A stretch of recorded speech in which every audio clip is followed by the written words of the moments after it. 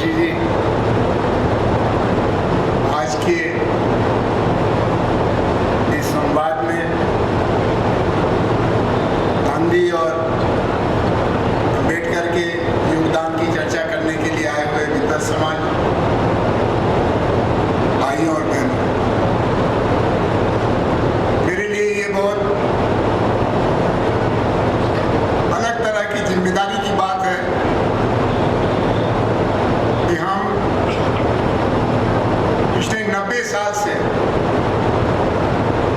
भारत के दिमाग पर छाए हुए एक बड़े सवाल की चर्चा करें। बहुत से लोग ये सोचते हैं कि अगर गांधी और अम्बेडकर के बीच में सहयोग हुआ होता कितना अच्छा रहता। कुछ लोग ये सोचते हैं कि अगर बाबा साहब अम्बेडकर के सपनों में गांधी का हस्तक्षेप न हुआ होता तो कितना अच्छा होता। और कई लोग ये सोचते हैं, थोड़े लोग हैं जो कहते हैं कि अगर गांधी के जीवन काल में जाति के सवाल पर, छुआछूत के सवाल पर डॉक्टर अम्बेडकर जी ने ज्यादा हमदर्दी रखी होती तो कितना अच्छा होता।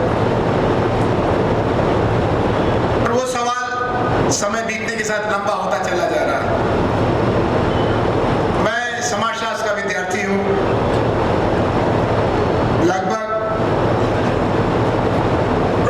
30 साल हमने पढ़ाया है, 40 साल से पढ़ रहा हूँ और देश और विदेश में पढ़ने का मौका मिला, पढ़ाने का मौका मिला, आंदोलनों में रहने का मौका मिला।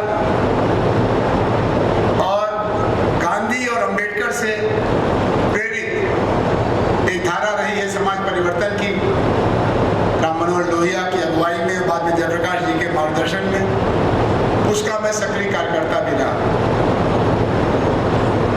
मुझे लगता है कि ये दोनों बहुत ज्ञानकार लोग थे, बड़े ज्ञानी लोग थे, लेकिन दोनों भारत के भविष्य को लेकर के बहुत आशावादी थे।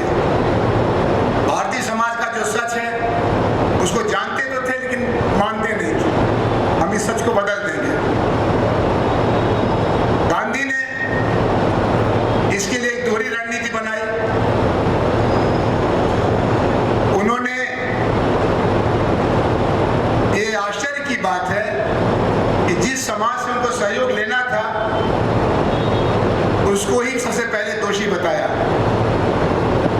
आप हमारा समर्थन चाहते हैं और हमारे ऊपर ही आप आलोचना का कड़ा फोड़ते हैं तो हम आपका समर्थन करेंगे कि विरोध करेंगे। ये कहा जाता है राजनीति में, खासतौर से चुनाव में, अगर चुनाव जीतना है तो जो मतदाता कहे गंगा गए गंगा दास, जमुना गए जमुना दास, अगर जरूरत पड़े तो गधे को भी श्रीमान पिताजी कहकर उसको प्रणाम करिए, फिर चुनाव जीत जाइए, फिर अपने रास्ते चलिए। गांधी एक अलग तरह के सामाजिक